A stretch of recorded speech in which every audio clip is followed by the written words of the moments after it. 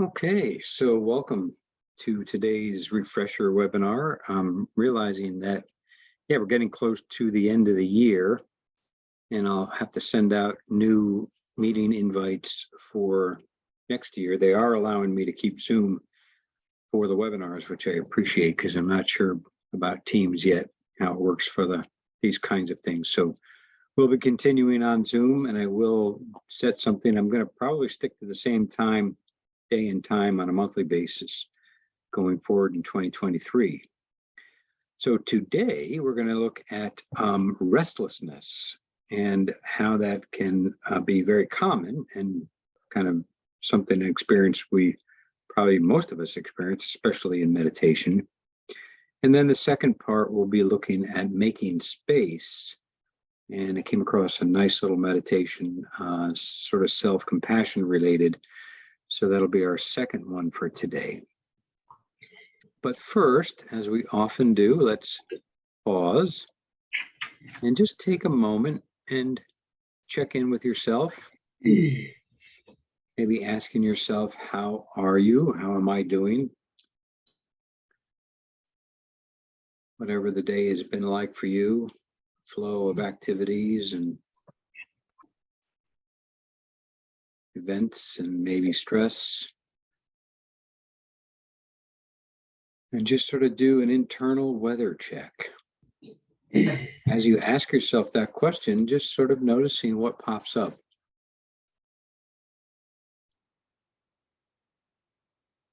What thoughts, what feelings, what mental activity comes up when you check in.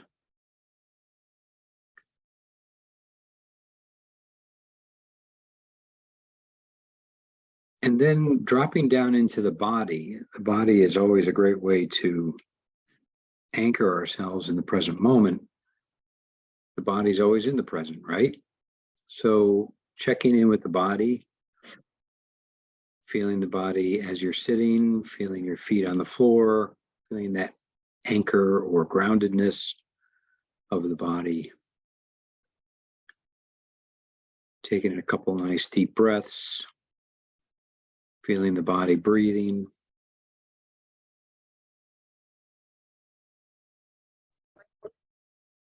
And then letting go of all the stuff before you came here and all the stuff of later in the day. Just being here now with your attention. Anchored in your body.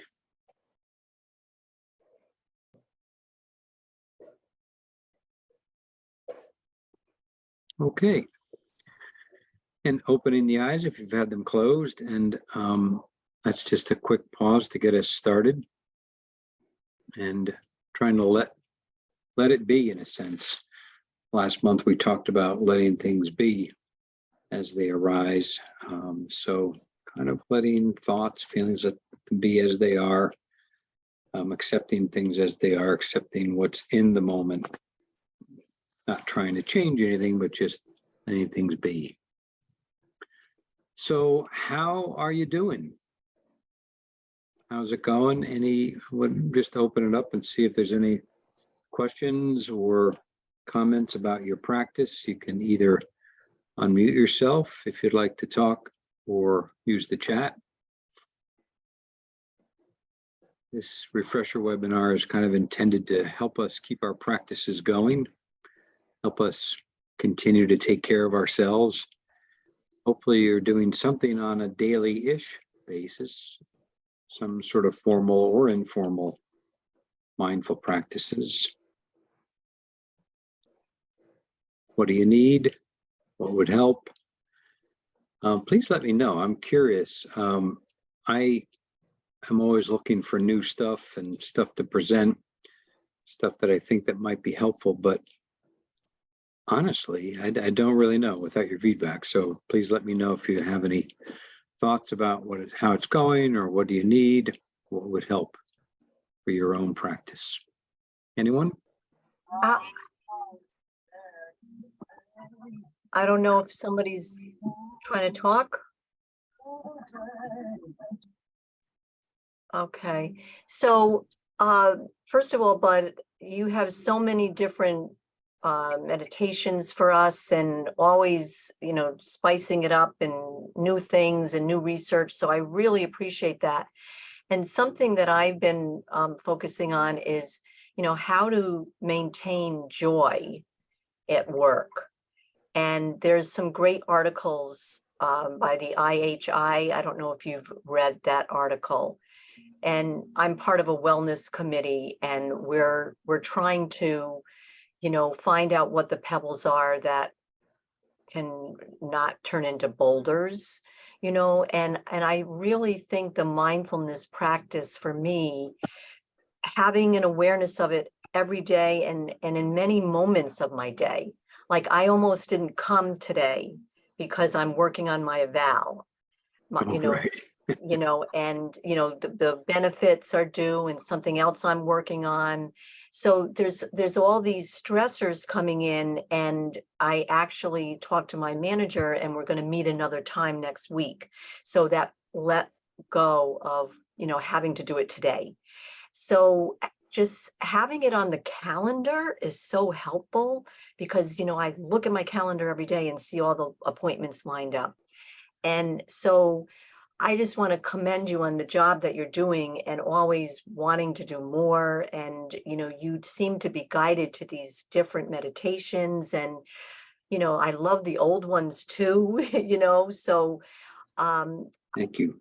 yeah. But the joy, I think people could Yeah. benefit from talking about it, naming, what are the barriers with what brings joy to my day, and I was taking a walk yesterday and I heard an employee say, I want to see what brings joy to my heart. I just overheard her say that, so it just seems like it's kind of on the forefront. What could we do to talk about it more, name it, so that's just one idea I just thought of. I like that. Thank you, Roberta. If you have any materials or that article that you're referencing, I think I did read it quite a while ago, so I would love to Yeah. see it again if you have it handy. Yeah. And maybe I'll send it out. I need to do probably another monthly, which I haven't been doing monthly e-tip. But yeah, that sounds great. And I have done some stuff and I appreciate your feedback. I really do. Thank you for all that. Very, very helpful. And I think you hit on a couple of really good points. It's with our busy days and we look at the calendar, we go, oh my goodness, when am I going to fit any of this stuff in? And that is the challenge. And I think some days it's easier than others, but even a brief practice, like we just did. I always try to give you some pause practices, but I love that idea of joy because it's so important to actively and intentionally look for positive things that are going on, because remember, we have this negativity bias. It's easy for us to focus on the negative. It's just part of the way that our brains are hardwired. So we have to really build that in, and I think that's important. So thank you. And lastly, going outside in my day for lunch and taking a walk is vital to my health. Being outside and taking the mask off, and just breathing nature in, and the beauty of this fall has been spectacular. Yeah. So that's been this reigniting inside of me. So I love it. Yeah.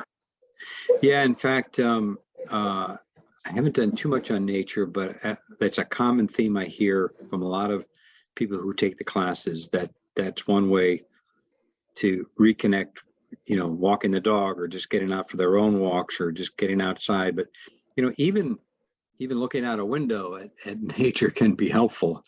And it's the whole thing of, intentionally doing that. We all look out the window, but looking out the window with the intention of relaxing, releasing, connecting, taking a few deep breaths and just allow it to sink in, to savor it.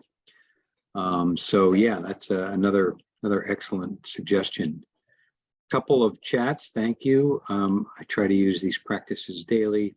they still have the same ongoing issues, but this definitely helps. Yeah, I mean, it's, yeah, we still, that's the point. This helps. And if some of you might have either read the book or listened to the podcast or used the app 10% Happier.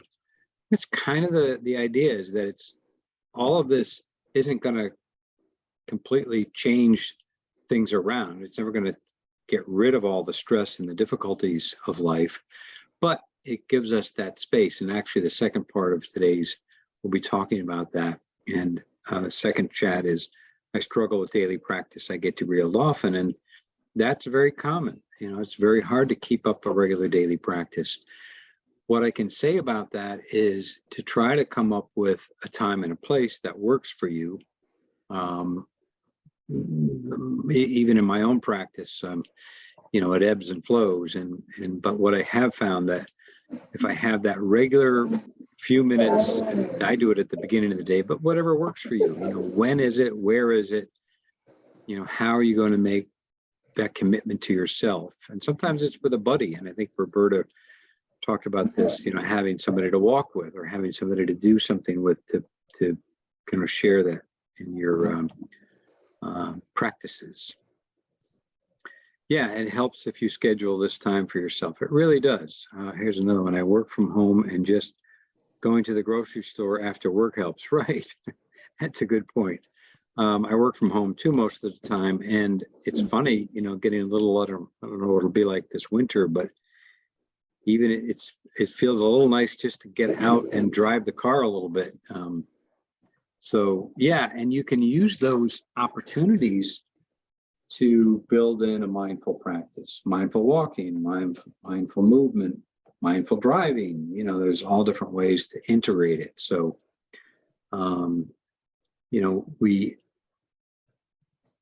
I have a lot of resources at my fingertips from the classes.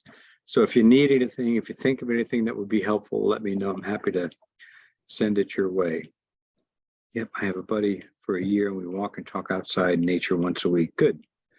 Yeah, even just once a week. We love our connection and support for one another. Very, very, very good points.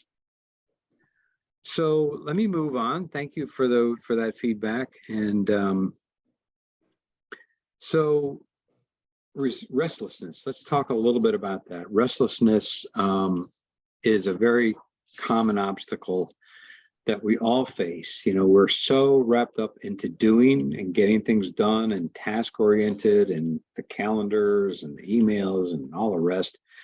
So when we do slow down to sit and be quiet and be still, it takes a little bit of time and our minds are still going at, 100 miles an hour and you're trying to slow things down. So it takes a little bit of time. So the first exercise we're going to do is about restlessness, which can also seem sometimes like a little bit of agitation.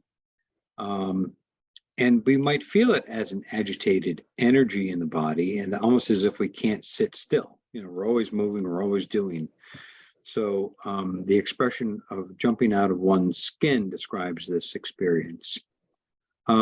And there are also obvious states of the mind, getting lost in thought. That mind wandering, when we get under stress or poor mood or a feeling of threat in the environment, those really erode our attention and our focus, and our mind wandering becomes even more. So those are things that can lead to a restless mind, almost like an inner turmoil or whirlwind. So this is from Joseph Goldstein. He's one of the meditation instructors on 10% Happier. If we can become mindful of these experiences, then they simply become another object of our meditation. So here's where it gets kind of interesting. And this is what we're going to do in the meditation. So I'll pull up this slide. And that's what we're really doing here. And we can do this with any experience, whether it's restlessness or boredom, or sleepiness, or agitation, or difficult emotions. We can learn to lean into it a little bit and make it the object of the meditation. But remember, we always use the breath or some other anchor to steady ourselves. So First we'll do the restlessness, and then you'll see in the second meditation, I'm going to use another way to increase our mental stability. So let's do the first meditation, and this is called For a Restless Mind. So settle yourself into a comfortable position, sitting most likely. I think most of us are probably sitting, but you could be doing this standing or even laying down, or perhaps in a on a cushion, cross-legged, whichever is best for you. Taking a moment to let the body settle, closing the eyes if you're comfortable with that, or keeping them slightly open if you'd prefer, with a downward gaze in front of you. Let the shoulders relax, let the muscles in the face, especially in the jaw, relax. And simply sit and know that you're sitting. How do you know you're sitting? Sense into that for a moment, to the sensations of sitting.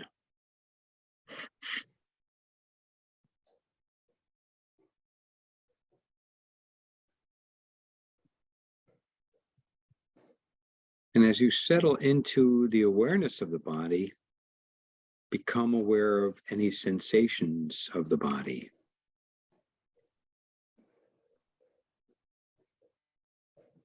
Any sensations that might call out to you that are predominant.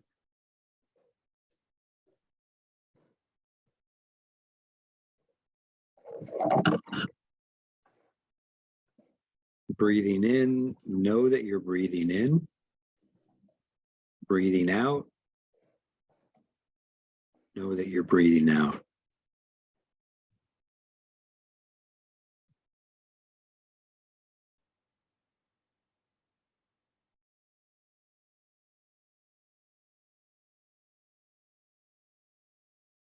The breath is always there as our anchor or home base.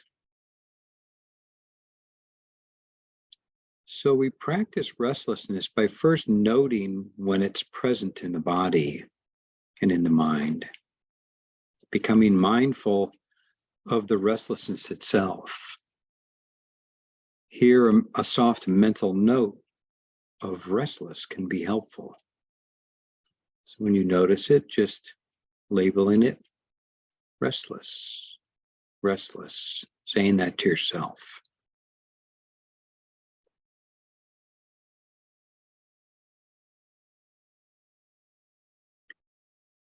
We can also be open to the physical sensations, the physical energies in the body, direct sensations of restlessness.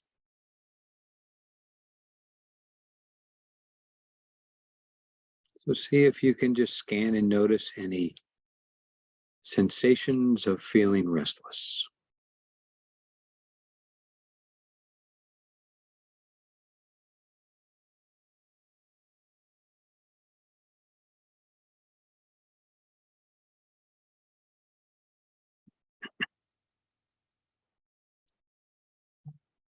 We might perhaps also notice a kind of scatteredness in the mind.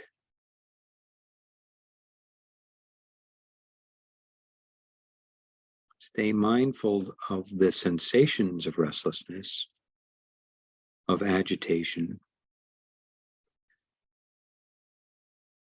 And when they're no longer calling your attention or no longer predominant, simply come back to the mindfulness of the body sitting, mindful of your body breathing.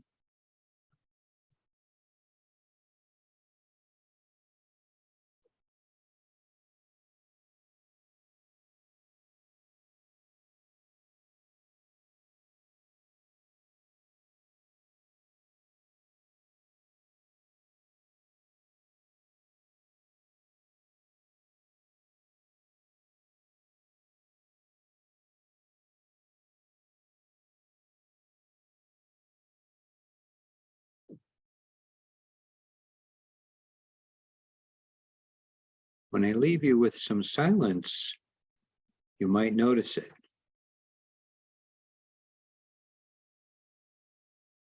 Restlessness often comes from an excess of energy and not enough concentration or steadiness of mind to hold it.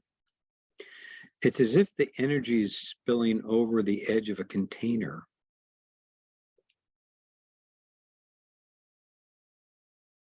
As we become mindful of restlessness rather than become lost or caught up in it, the mindfulness itself starts to bring the factors of concentration and energy into balance.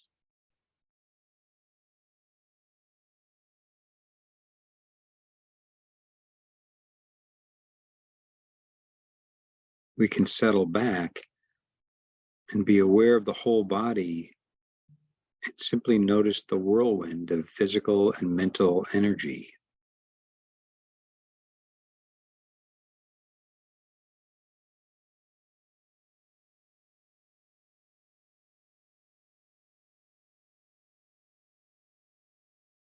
You might picture restlessness as a Jackson Pollock painting.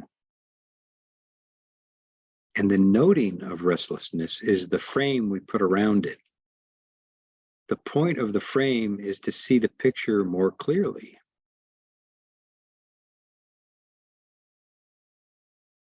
As the scattered, dispersed mind begins to settle on our present moment experience, we go from restlessness to restfulness, and our practice begins to deepen.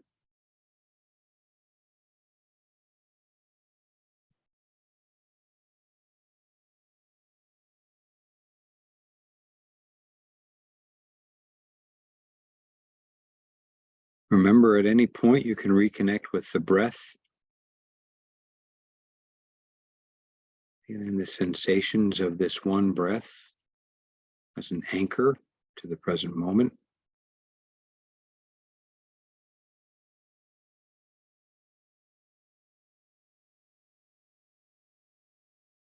You can feel the sensations of the body sitting, feet on the ground, butt in the chair, hands resting comfortably. And when you're ready, you can slowly begin to open your eyes and let in some light and reconnect with your surroundings. Wishing you much ease on your body and ease on your mind. Thank you for your practice.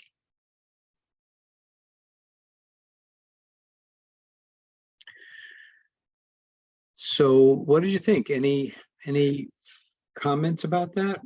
Any reactions? What did you think about that? Really kind of focusing in on what restlessness is like in the mind and the body and making that the object of the meditation. A little different, right? Breath is always there. And actually in the second meditation, you'll see we'll do a little mental stability as well. And then we'll open it up to making some space for some intentions. That is a little different. Good, help stop the loop of thoughts. Very good.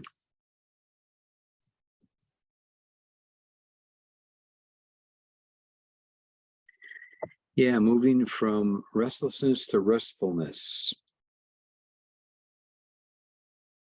And that's, being still, as I said, is not easy. Being still in mind and body. It takes a little getting used to and a little discipline for many of us. And, having lots and lots of thoughts can seem overwhelming at times. It can seem like the thoughts sort of control us or dictate that mental activity. And don't get me wrong, I'm not saying that we don't need thoughts. We need thoughts. We need to be able to plan and execute and analyze and all those things that we do all day long. But when some thoughts begin to get in the way, right? And so what we're doing with this is developing a wise relationship to thoughts. have to remain disciplined during these practices. Yeah, so I mean, but be careful. I mean, it's a good point. I mean, sometimes it's hard, especially with a meditation like that, to feel a little scattered, to feel not so disciplined. So if you're feeling like you're not disciplined enough, just notice perhaps the thoughts that come up around that. And if they take the form of self-judgment, I'm not doing this right, or I'm not good at this. That's another thing that you can actually notice as an object of your meditation. Be aware of that judgment, kind of touch it and let it go. Don't let yourself get caught up in it. Notice it. You might even label it. Oh, I'm there's that inner voice. It's sort of with an opinion or a commentary or a narrative. So noticing that, and then keep returning to your anchor or the object of the meditation.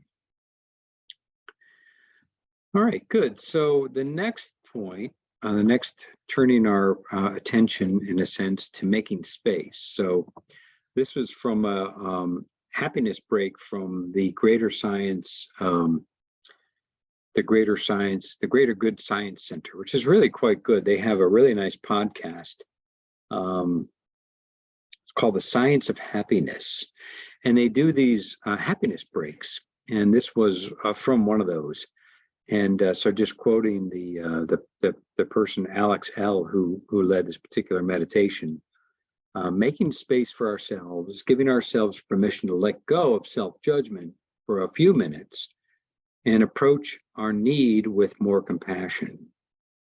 Research shows that when we practice self-compassion, we're less likely to feel anxious and stressed, and more likely to feel happy and resilient. And this can regulate our heart rate, reduce inflammation, and improve sleep.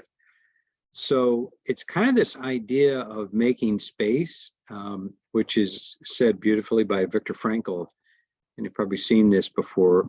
Between stimulus and response, there is a space.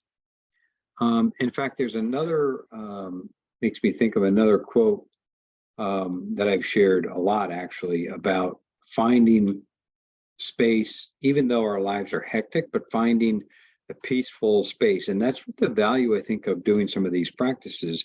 They help us find that space, even if it's just a minute or two, to decompress. And so the quote is, in that space is our power to choose our response. In our response lies our growth and our freedom. So rather than kind of being yanked about by the trigger, by the stimulus, if it's something anxiety provoking or stressful, we can learn to make the space even in that millisecond between stimulus and response. But it helps to practice it, like all of this stuff. And so one of the practices, if you've been in one of my classes before where we did the 3-minute breathing space, is very similar to what we did at the beginning. And even if you want to just do this with me right now, it's really a great practice. It's good to do in response to a trigger, but it's also good to do just as a practice. And it only takes 2-3 minutes. So first, just becoming aware, checking in with yourself, asking yourself, what is my experience right now? Or how am I doing in this moment? And then noticing thoughts, noticing feelings, noticing body sensations, just noticing. Don't have to do anything about them. You're just being aware of the state of your mind and your body. And then the second step is gathering with your breath. So becoming aware of the breathing, establishing the anchor of the breath. When the mind gets distracted or carried away by whatever it might be, just reconnecting, gently nudging ourselves back to the breath. And then the third step is expanding our field of awareness, kind of like, so before we were zoomed in, now we zoom out and we're aware of the whole body. We're aware of the space around the body. And we're aware of the whole body, sitting and breathing, expanding the awareness. And once you do that, then you can finish and move on with the rest of your day. And that's the 3-minute breathing space. It can actually be done even in a minute. It's the stop exercise. Very similar. Just stop, take a deep breath, observe, and proceed. It can be done really in the moment. But the 3-minute breathing space, I think, is one of the best brief practices that you might try to make some space. And so that brings us to the next practice, which is making space. But we're going to start with some mental stability. So the making space part is from that Science of Happiness podcast that I mentioned. Again, really good stuff on there if you want to check that out. But we're going to start with some mental stability. So you'll see how that plays out, the metaphor of being in the water, in the ocean with waves.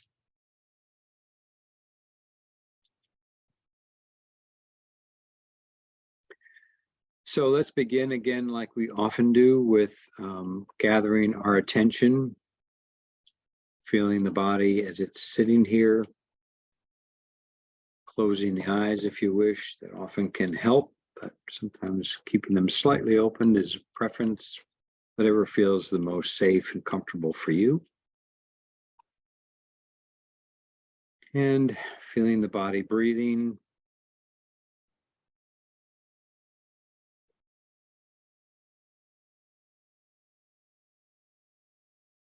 And cultivating a sense of mental stability, like standing on a boat. If you've ever tried to do that, it's not easy. So you need to be flexible. You can't be too rigid, right? And you kind of have to balance with the waves shifting, even with their little ripples. And it's the same way with our minds, the dance of the mind between thought and awareness and emotion and mood and all the things that happen in our experience. And we're just practicing to balance. So we find the breath, feeling the breath, breathing in and breathing out. It may help to take a couple of deep breaths. And especially as you breathe out, to let yourself relax, let the body settle, let the shoulders relax, let the jaw relax. And just noticing the constant movement of the breath, even though we're still. And riding the waves of the sensations of our breathing. And finding mental stability among the sensations of the breath.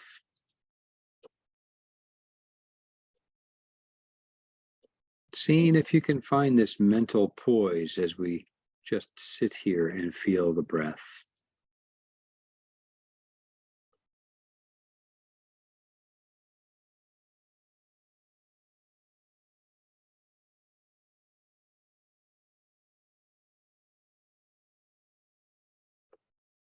Perhaps noticing how the mind is moving on its own, suddenly without choice, you're thinking.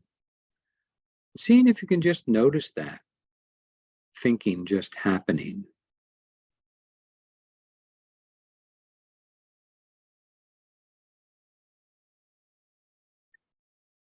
Thoughts rise in the mind like waves in the ocean.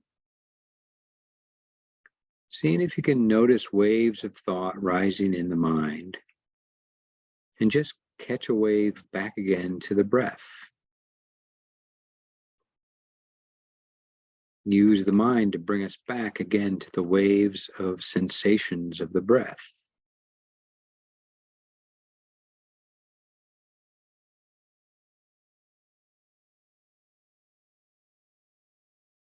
And finding a balance amidst the movement of the breath and the mind.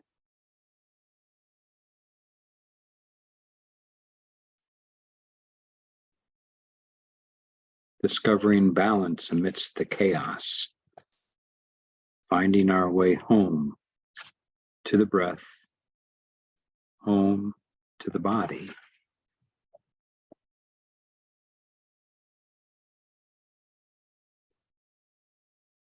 Having established this mental stability, I'm going to make space for clarity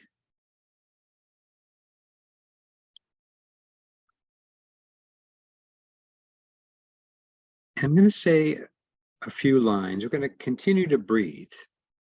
But as I say a few lines, I want you to think about which resonate with you the most. So again, take a few deep breaths. Feel the breath all the way down into the belly. Drop your shoulders and soften on each exhale.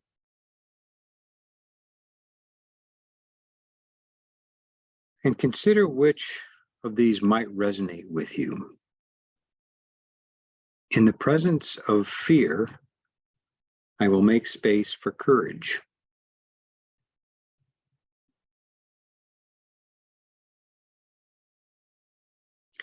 In the presence of self-doubt, I will make space for self-belief. In the presence of hurriedness, I will make space for slowing down. In the presence of overwhelm, I will make space for rest.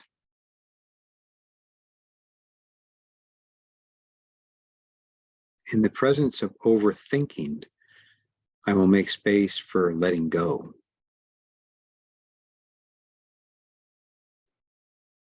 In the presence of chaos, I will make space for inner peace. In the presence of confusion, I will make space for clarity.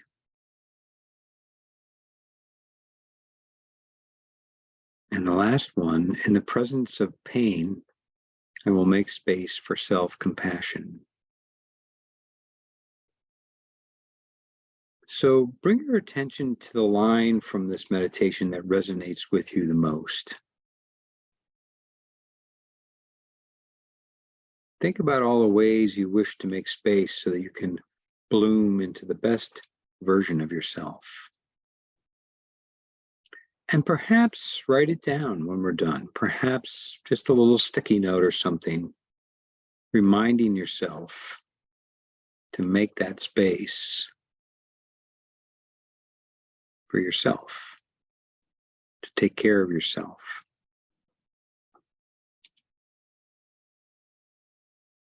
So again, we'll reconnect with our breathing.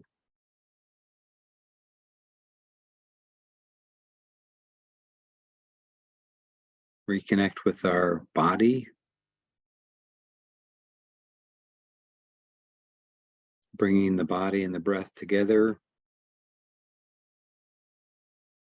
And when you're ready, you can open your eyes if they've been closed. And we'll finish that meditation in the presence of making space.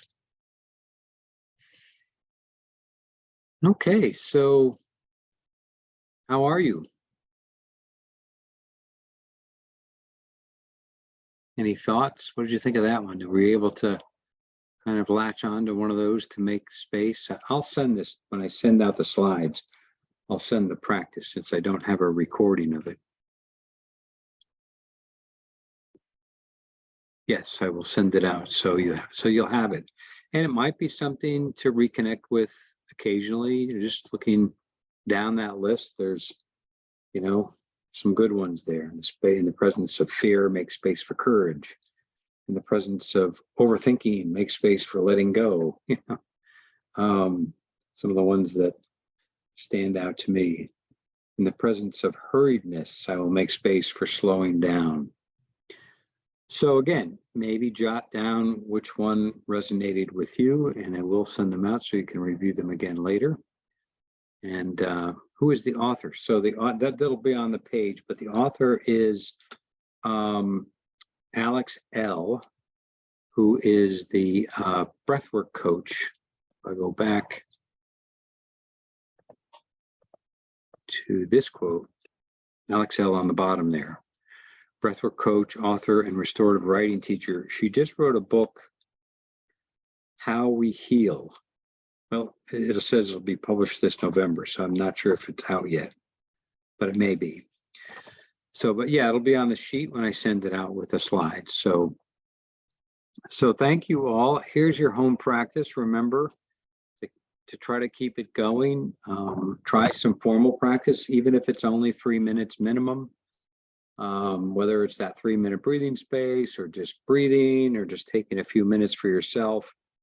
12 minutes is optimal. That comes from the research of Amishi Jha, the author of Peak Mind.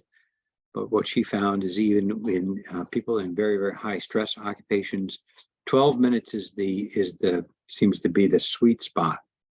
The amount of time that meditating on a daily or almost daily basis, whatever you can fit in.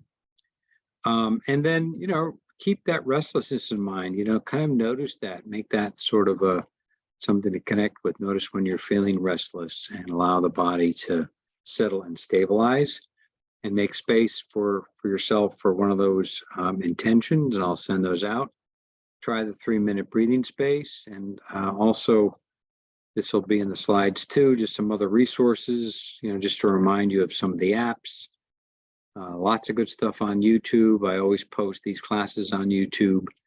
Mindful.org, Greater Good Magazine. That's actually, if you click that link when you get it, Greater Good Magazine, that's where you see a lot of the podcast is on there, as well as they have a lot of good practices and articles and courses too, actually.